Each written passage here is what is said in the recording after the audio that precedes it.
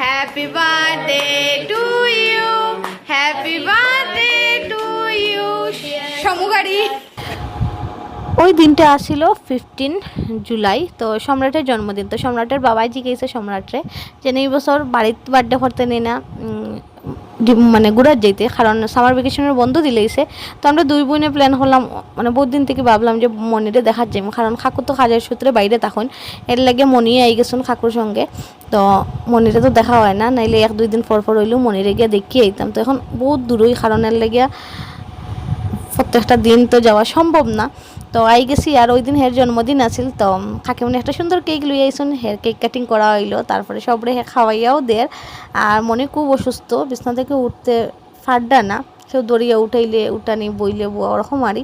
তো আই গেলাম আমরা, আর এই দেখো মনিরে খাওয়াইয়া দের কেক। তারপরে তো দেখো সম্রাটে কাকিমনি গালো ডালো লাগিয়ে কিতা করে অবস্থা। তো খুব আমরা আনন্দ করলাম করিয়া। এখন এই দেখো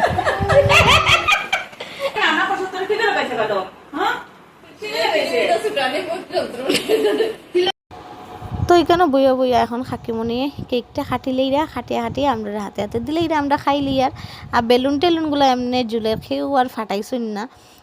তো লাস্টের দিকে ফাটানি হয়েছে, এটার ভিডিও করলাম না, কারণ বেলুন না ফাটাইলে মানে অসম্পূর্ণ হয়ে যায় বার্থডেটা। তো বুলিয়া, কারণ উপরের দিকে রয়েছে বুলিয়া, মানে কেউ আর ফাটাইছে না। আর এখানে দেখো মানে মামারে বাঘ নিয়ে জুটি বান্ধিয়া দেয়, একটা না দুইটা না তিনটা জুটি, কারণ হের মাথার চুল খুব বেশি লম্বা। তো সৃষ্টি করতে চলো মামা তোমারে আমি জুটি বান্ধিয়া দিই। তো কীরকম লাগে কমটা এটাও জানাইও, খুব সুন্দর লাগে তারে। আর মাথার দলে তো কেউ ঘুমায় যায়, আমার এরকম হয়, খুব বেশি ঘুমায়। তারপরে এলাম মোমো বানানি। তো এই দেখো এখানে মোমো বানাই, আর ভেজ মোমো। তো যেখানে যাই মোমো তো খাইতে লাগে, তো মোমোটা খুব ভাল লাগে। তো এই দেখো এখানে আমি মোমো বানাই লইছি।